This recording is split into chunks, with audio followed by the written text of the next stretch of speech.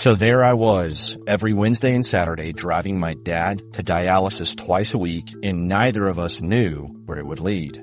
My wife kept saying I was foolish for not joining his business years ago, that I'd thrown away millions for some silly tech job. The funny part is she was half right about the millions, just completely wrong about who was getting them. When Dad got sicker, I became his regular chauffeur, and he started opening up to me like he hadn't. In years, though, I didn't know it at the time. But to understand how we got here, you need to know about the career choice that started this whole mess. The career choice that started it all. You know how they say, follow your passion and the money will follow? Well, nobody mentions that sometimes the money takes a really long detour and your wife spends the entire journey reminding you what an idiot you are. My dad built this merchandising empire from nothing, just buying and selling products that nobody really gets excited about, but somehow made him incredibly wealthy. Meanwhile, I'm sitting there at 18 years old, dreaming about writing code that would change the world, because honestly, code syntax sounded way more exciting than spreadsheets. To add this whole vision mapped out where I get some business degree and slide right into the family company like some kind of corporate prince taking over the kingdom. Every family dinner became this weird theater where he casually mentioned profit margins and quarterly projections while I nodded along pretending to care about wholesale pricing strategies. I'd sit there thinking about algorithms and software architecture while he explained the finer points of supply chain management. The conversations got more intense after I graduated college with my computer science degree. Dad kept saying I could still join the business and use my tech skills to modernize everything, which honestly wasn't the worst idea, but I wanted to build something new instead of just digitizing his existing operation. I had already accepted a position at this established tech company where I'd be working on actual software development, not just updating inventory systems for merchandise nobody cared about. Then came the ultimatum dinner at our first wedding anniversary, which I should have seen coming from miles away. Dad looked at me across the table with that serious expression he reserved for important business decisions and said I had to choose right now, whether I wanted to be part of the family legacy or go play with computers somewhere else. He made it sound like I was choosing between being a responsible adult and being some kind of basement hobby programmer. I told him I was sticking with my tech job, and his face went through about 5 different shades of red before he announced that fine. If I didn't want to be part of building the family wealth, then I wouldn't be getting any of it either. He said he'd donate everything to charity before giving me a penny, since I obviously didn't appreciate what he built, though it turned out to be a dramatic ruse. I sat there feeling like the protagonist of my own inspiring story about following your dreams against all odds, completely convinced I was making the brave choice that would pay off in the end. My wife's reaction was something I should have paid more attention to at the time. She got this look on her face like someone had just told her Christmas was canceled permanently. She kept asking if I was really sure about this decision and whether maybe I should reconsider just temporarily until Dad calmed down. Looking back, I realized she probably married me thinking she was getting the heir to a merchandising fortune, not some guy who wanted to write code for a living. The red flags were honestly flashing like a construction zone, but I was too caught up in my own narrative to notice them. She used to ask really specific questions about Dad's retirement timeline and his health status, which I thought showed nice concern for family planning. During our second date, she actually asked when I thought he might step back from the business, which seemed like an odd topic for someone I barely knew. Years went by, with this tension just sitting there at every family gathering, like an uninvited guest and nobody wanted to acknowledge.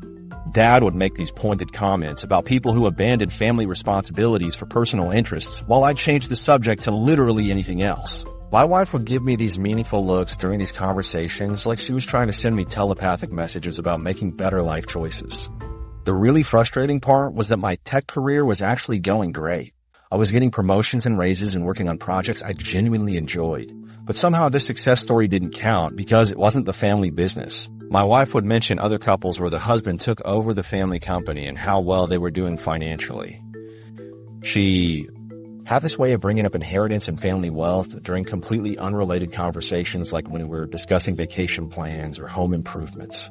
I started noticing how she'd get this particular tone when talking about my career choices, especially when Dad's business came up in conversation. She'd say things about how I was probably missing out on opportunities and how family businesses usually do better than working for other people. She made it sound like I was choosing to be poor on purpose just to prove some kind of point about independence. My wife developed this habit of scheduling important conversations right after we'd been around my dad, especially if he'd mentioned anything about the business or his retirement plans. She'd wait until we got home, then start these discussions about our financial future and whether I thought about all the opportunities I might be passing up. She made it sound like she was just concerned about our family's security, when really she was calculating exactly how much money my principals were costing us.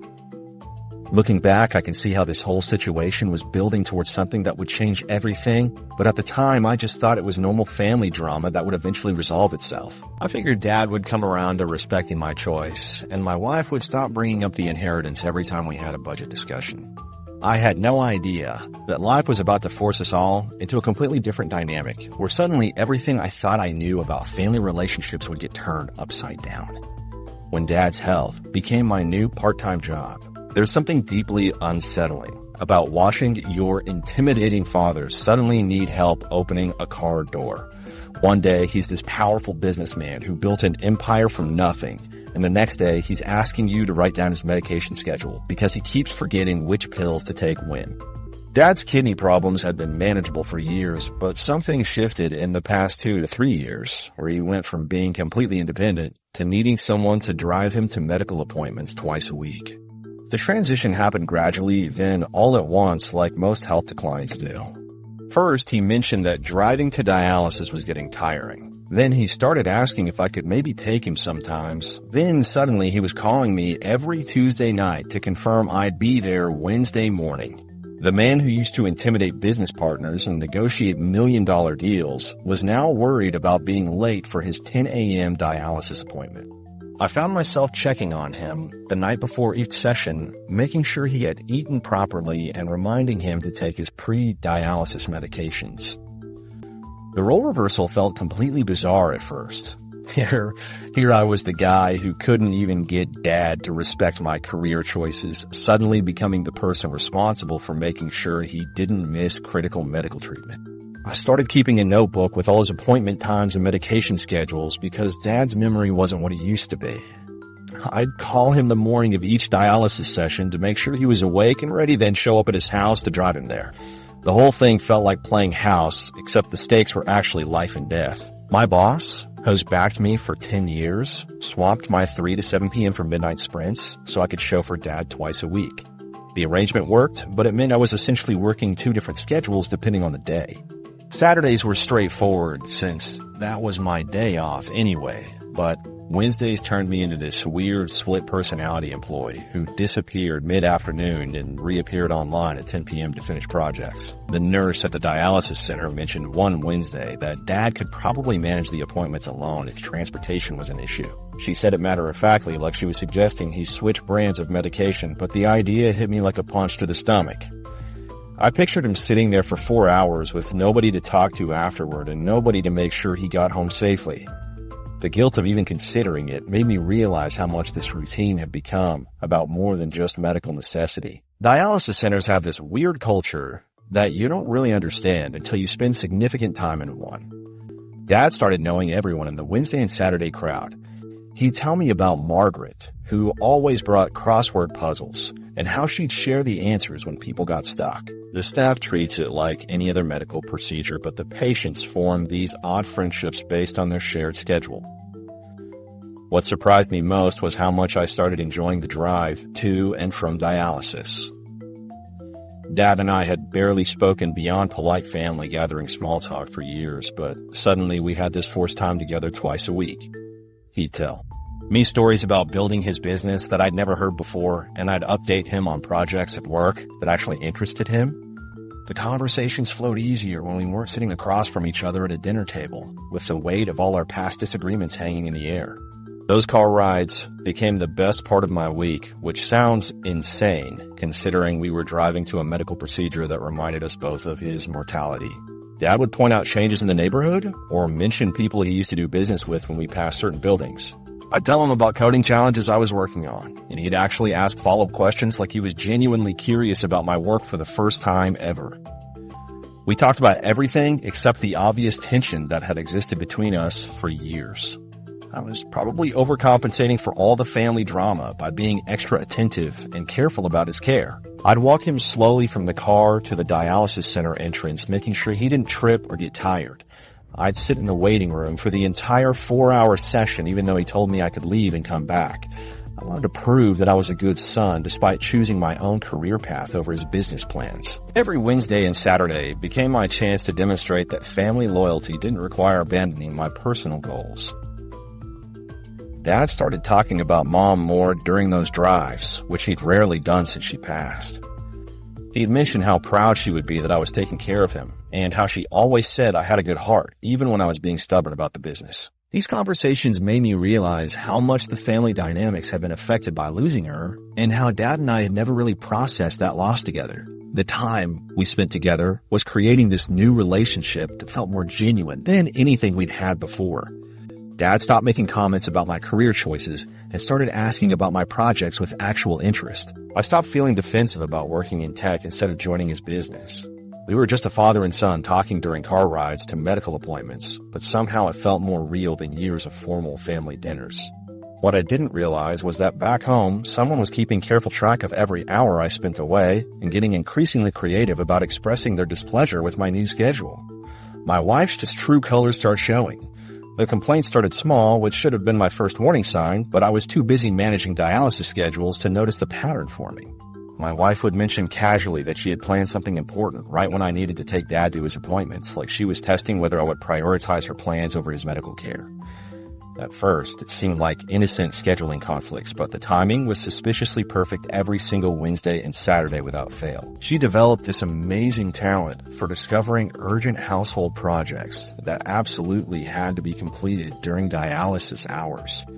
The bathroom grout became a crisis that demanded professional-level scrubbing right when I was supposed to be driving Dad to the medical center. She would stand there with cleaning supplies looking at me like I was abandoning my domestic responsibilities for some optional social activity. Honestly, there was more excitement in that bathroom grout than in my entire tech job, but little did I know, those were just the opening acts. The hints about wasting time started subtle, then became increasingly direct until she was basically giving me financial advice about time management. She would mention during completely unrelated conversations that Dad had already written me out of his will, so spending hours twice a week driving him around was essentially volunteer work with no return on investment.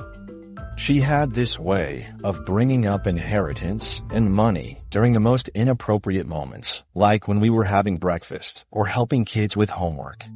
Her commentary about Dad's financial decisions became a regular feature of our daily conversations, especially when I came home from dialysis appointments. She would ask pointed questions about whether Dad had mentioned changing his will, or if he seemed grateful enough for all the time I was spending on his care. She made it sound like she was concerned about family relationships when really she was conducting market research about inheritance probability and return on caregiving investment. The logic she used to justify her position was honestly impressive in its complete lack of empathy or basic human decency. According to her calculations, caring for a sick parent who had supposedly disinherited you was financial irresponsibility because those hours could be spent on activities that actually benefited our family's bottom line. She would explain this theory like she was presenting a reasonable business proposal instead of suggesting I abandon my dying father for better time management. She seemed to have calculated the exact hourly rate of my missed opportunities every time I drove Dad to dialysis. She would mention how much money I could have earned working those extra hours or what household projects could have been completed with that time instead. Her math included the cost of gas for driving to the medical center and the wear and tear on our car like she was preparing an itemized bill for Dad's medical transportation services. Every Wednesday brought a predictable cycle of drama that started Tuesday night and peaked Wednesday evening when I returned from dialysis. She would begin with subtle comments about my schedule, then escalate to more direct complaints about my priorities, then reach full drama mode by the time I got back home. Saturdays followed the same pattern, but with added weekend activity guilt because I was supposedly ruining family time for medical appointments. Her ability to create emergencies specifically during dialysis hours bordered on supernatural. The kids would suddenly need help with school projects that were due the next day, but somehow required both parents to complete. Important appointments would be scheduled that absolutely required my presence, even though they could have been arranged for any other time during the week. Family obligations would materialize from thin air, demanding immediate attention right when I was supposed to be leaving for the medical center. She developed this talent for making me feel guilty about basic human decency, like caring for a sick parent was some kind of character flaw that needed correction. She would point out how other husbands prioritized their wives and children over their parents, especially parents who had already made their inheritance decisions clear. Her logic suggested that family loyalty should be directly proportional to financial benefit, which seemed like a reasonable business model if you ignored basic human emotions. The pattern recognition took me embarrassingly long to figure out, considering how obvious it was in retrospect. Every single dialysis day brought manufactured crises that required my immediate attention, and every single time I chose Dad's medical care over her created emergencies, she would spend the rest of the day explaining why this proved I didn't care about my actual family. The coincidence factor should have been impossible to ignore, but I was focused on keeping Dad healthy and managing work responsibilities. Her comments about Dad's lack of appreciation became more frequent and more pointed as the months went by. She would mention how he never thanked me properly for the rides, or how he probably took my help for granted since he was used to people doing things for him. She made it sound like she was defending me against an ungrateful parent, when really she was building her case for why I should stop wasting time on someone who wouldn't reward my efforts financially. The realization that my wife might not be the supportive partner I thought I married started creeping in during those long dialysis center waiting room hours.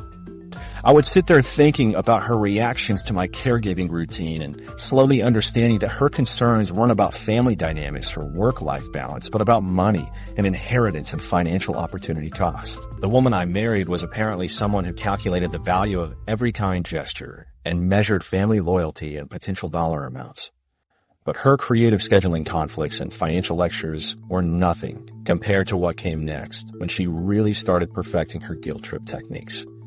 The art of guilt trips and emotional manipulation. My wife had this incredible gift for making me feel like the worst husband and father alive just for driving a sick old man to his medical appointments twice a week. She perfected 3 core tactics that would make professional manipulators jealous. First was the false concern approach, where she would start conversations asking if I really thought it was fair to prioritize my father over my own family, like she was genuinely worried about our marriage instead of calculating inheritance probabilities. She made basic human decency sound like selfish abandonment of my real responsibilities. Her second specialty was the inheritance obsession, where every single conversation somehow circled back to Dad's will in financial decisions. We could be talking about grocery shopping, and she would steer the discussion toward whether he had mentioned updating his estate planning recently. She would bring up his wealth during breakfast, conversations about weekend plans, or while helping kids with homework like she had some internal timer reminding her to mention money every 15 minutes. The woman had researched Dad's will situation more thoroughly than most lawyers study case law.